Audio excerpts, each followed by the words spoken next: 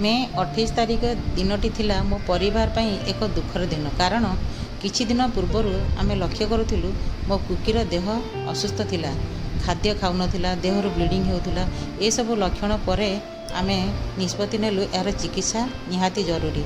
सेथि पई पशु चिकित्सालय को आमे नै जाइथिलु एवं सेठारे डाक्तर मानकर सहयोग और परामर्श रे विभिन्न प्रकार परीक्षा निरीक्षा आरंभ कराइथिला। जेपरिक अल्ट्रासाउंड, रक्त नमूना परीक्षा, ईसीजी परीक्षा। अल्ट्रासाउंड रो जना पड़ा ताकू पायोमेट्रा हेछि एवं यार एकांत बाट जे ऑपरेशन निहाती जरूरी। शेष में डाक्तर मानकर संपूर्ण सहयोग रे ऑपरेशन हैला एवं ताहा मध्य सफल हैला। एबे कुकी डॉक्टर्स मानकर एडवाइस अनुसार ट्रीटमेंट रे अछि एवं धीरे धीरे रिकवर मध्य हेउछि। तेणु सबु पेरेंट्स मान को मोर अनुरोध सेमाने सेमानकर पेट्स मानकर हेल्थ केयर उपरे विशेष ध्यान देवा दरकार।